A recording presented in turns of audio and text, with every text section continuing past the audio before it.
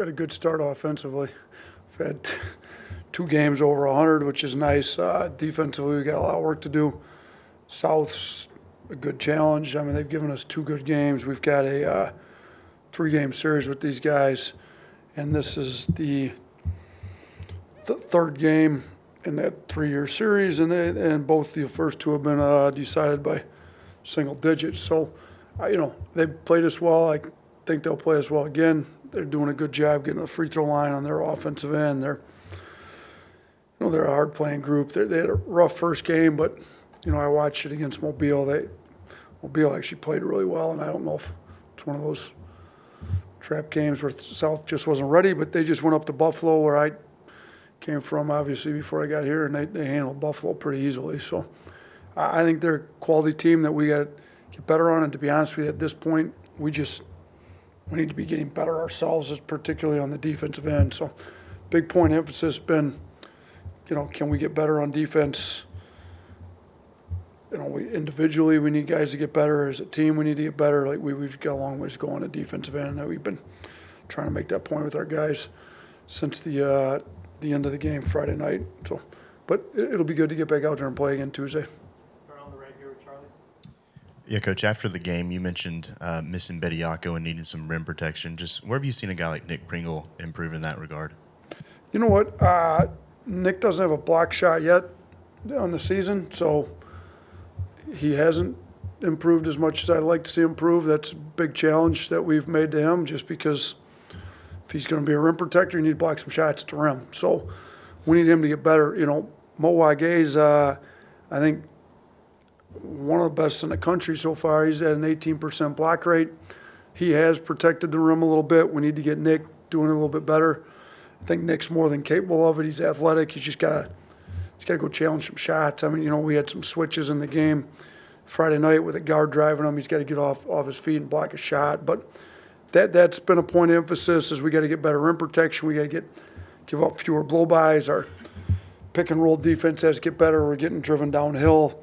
We're kind of in our drop, that we kind of played with Charles last year, that kind of pushed teams down to Charles, and nobody scored it very well on Charles at the rim, and they're getting downhill on us and scoring on us now. So that's actually been a big point of emphasis that we got to get a lot better at. Stay on the right here with Nick Kelly.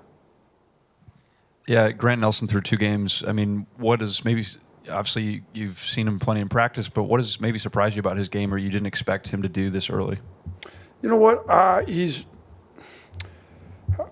hasn't surprised us a ton because we've gotten to see it in practice all summer and fall. But I think maybe what he surprised some people that haven't seen him play all summer and fall is how well he handles it. He's able to handle it in pick and roll. He gets downhill. He can drive it.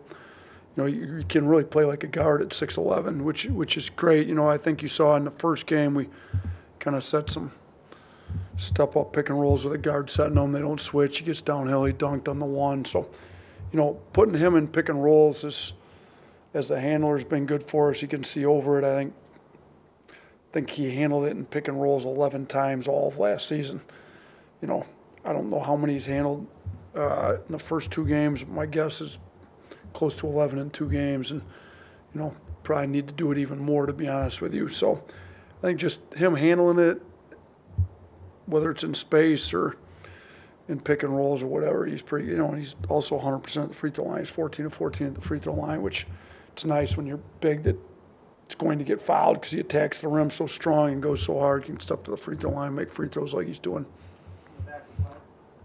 Coach, a little different question. Beginning of basketball season, but we're the heart of football season. You've been here a few years. How do you parlay a season like this for Alabama with your program to get exposure? I see you at the games. How do you kind of build with this program with football as well? Yeah, I mean, the football program here is, in my opinion, the best football program in the country. I mean, you look at the last 16, 17 years since Coach Saban's taken over, they've done a better job than anybody in the country. So I was fortunate enough to walk into a situation where I can learn from best team sports program possibly in the country, for sure in football, which I'm a big football fan. So how do we parlay it? Well, one is I personally learn from them as to what they're doing. Two is, our players get to see them. We follow it. I mean, can't help but following it being here. It's what everybody talks about. So, how does a guy like Jalen Milroe handle some adversity? Like, I think he's done pretty well. I don't know him personally. I get to watch from the outside a little bit and see I think he's been unbelievable. How he didn't play particularly well. Shoot, he's playing as well as anybody in the country right now. So how do some of our guys, we come out in the first 2 games, maybe we don't play that well. Maybe a guy doesn't play as many minutes as he wants. We've got a little bit different situation in basketball. Football, 1 quarterback plays. And basketball, you can kind of have 2 guys at the same position play at the same time. You can put, if you choose, you can put 5 point guards out there if you want. So it's a little different, but some guys play fewer minutes than what they want. So how do you handle some adversity in the first 2 games? I think, a kid like Jalen's showed us how to do that. How does a team handle some adversity? They lose early in the season to Texas, and how do you come back, bounce back, get better? Talk about the process. Like, we haven't played particularly well first 2 games on defense. How do we, continue day by day by day, getting better at things we got to work at? So we even before I got here, I've got a practice plan, and we've got, it's an Excel sheet, and there's tabs at the bottom, and one of the tabs, it's different drills. One of the tabs is quotes, just a bunch of general quotes. Got a quote of the day, but I had a separate tab that said Saban quotes. That was all the way back to when I was at Romulus as a high school coach. I had Saban quotes, and then so we still pull out some Saban quotes around here. They're a little more applicable maybe here, since I get to hear them on the regular for the most part. But we definitely learn as coaches. We learn. We go to their fall camp when the speakers are here, get to hear them, and then we pay attention to what's going on over there pretty well. You mentioned after the game that Ryland hasn't really broken out right yet. Just what does he have to do? What is he working on to get there? You know what? Offensively, I think Ryland's just got to keep letting the game come to him. He's really talented shooter. I think he's going to have a breakout game. I'm convinced of it. I see him, what he does in practice. He can really make shots as well as Mark and Aaron and Grant are playing. Teams are going to have to load up on those 3. I mean, I think we're maybe the only SEC team that has 2 guys averaging 20 points, and Sears is right there. So we could easily have 3 guys averaging 20 points or more. And teams are going to really concentrate on those 3 guys. Well, get a guy that shoots as well as Ryland does. He can have an explosion in a hurry. And we saw it last year. He had some good offensive games. I think sometimes with him, it's how teams choose to guard us. If they're going to stay locked onto him on the perimeter and open up huge driving gaps for those other 3 guys, it helps them because you got a shooter on the floor. If they're going to choose to try to cut those guys' water off and really load up in the gaps heavy, and Ryland gets some open 3s. You saw the kick down 3 he got. You could end up with 3 or 4 of those. I think he could do a little bit better job maybe on the offensive glass, getting some easy buckets, getting out in transition a little harder, getting some easy buckets in transition. But he's been great on defense, like really good. He did an unbelievable job on Swope in the second half, kind of reminiscent to what he had done with Wendell Green last year at Auburn. So really trying to sell him on being one of the best perimeter defenders in the country, and I think he's capable of doing that. You talked a lot in your opening about defense and have to play better as a team and individually. Do you feel like after the last game, the message is really sinking in with some guys that if you don't guard, you're not going to play? Yeah, they didn't play, as nearly as many minutes as they wanted to. So, we planned on playing a deeper rotation in some of these bye games, but I'm not, Indiana State, they're a tough team. They were right with us for a majority of the game. We had to play who we had to play to win the game, and we were not playing great on defense. Some guys' defensive leverage numbers weren't great. So I think sometimes, especially with young men this age, that they've just always played. You look at some of our freshmen. Sam Walters, by far and away the best player on his high school team. It didn't matter how bad he was on defense. He was going to stay in the game. Like, they needed him to stay in the game.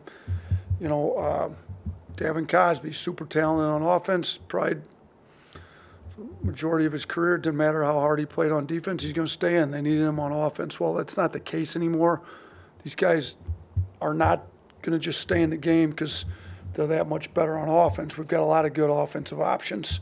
So you've got to bring it on the defensive end in order to play, and I think they're seeing that, and I think some guys are locked in. I mean, we've got guys staying after practice with Coach Pannone trying to get better on defense. You know, a lot of guys stay after practice to shoot jumpers, shoot free throws, make sure guys are staying after yesterday's practice, today's practice, working on pick and roll coverages, working like guys want to get better, they're going to figure out how to get better, and guys that want to make excuses will make excuses and not get better, and I think we got a lot of guys that are trying to stay after and get better now.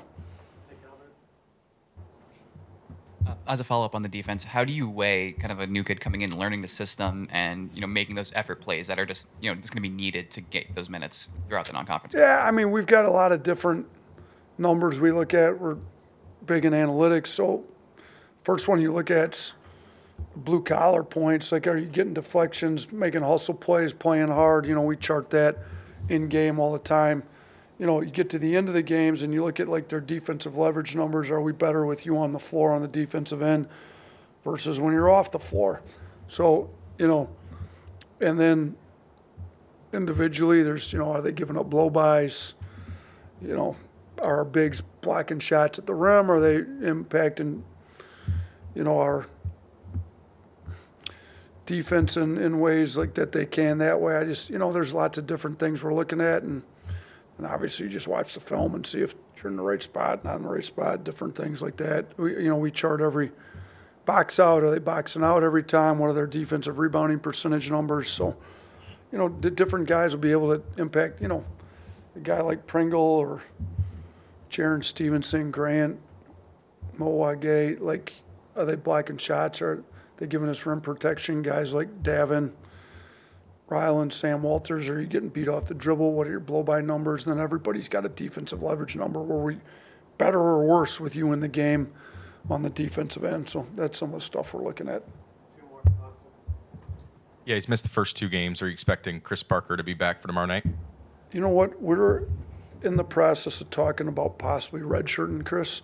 Just get stronger, get better at some things. I think he's got a chance to be really good. I just, we're in the process of that. He had the injury. He's healed from the injury. He's practicing, but we're in the process of talking through that right now. Last one, Kerry. Coach, I want to ask you this, not just as the head coach at Alabama, but as an ACA dad. Do you ever get any kind of brushback or blowback from people upset that you schedule Friday home games while football's still going on in high school? No. I mean, we could schedule them on Saturday to compete with the Alabama football team.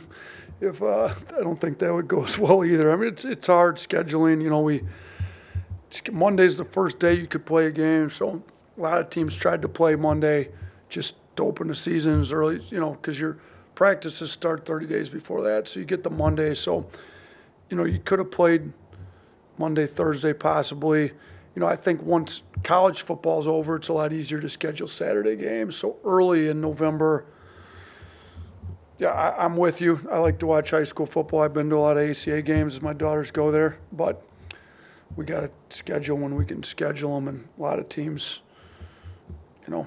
playing Friday. You look, there's college basketball's got a pretty full slate of games on Friday nights while college football's still going on. I don't, media-wise, TV coverage-wise, just fan base-wise, I don't think it's all that smart to compete with college football, while college football's still going on here in November. So, once football's over or the regular season's over in a few weeks, I think you'll see a lot more Saturday games. But that's kind of the reality of having some overlap between the two sports. Thanks, Coach. All right, thanks. Appreciate you guys.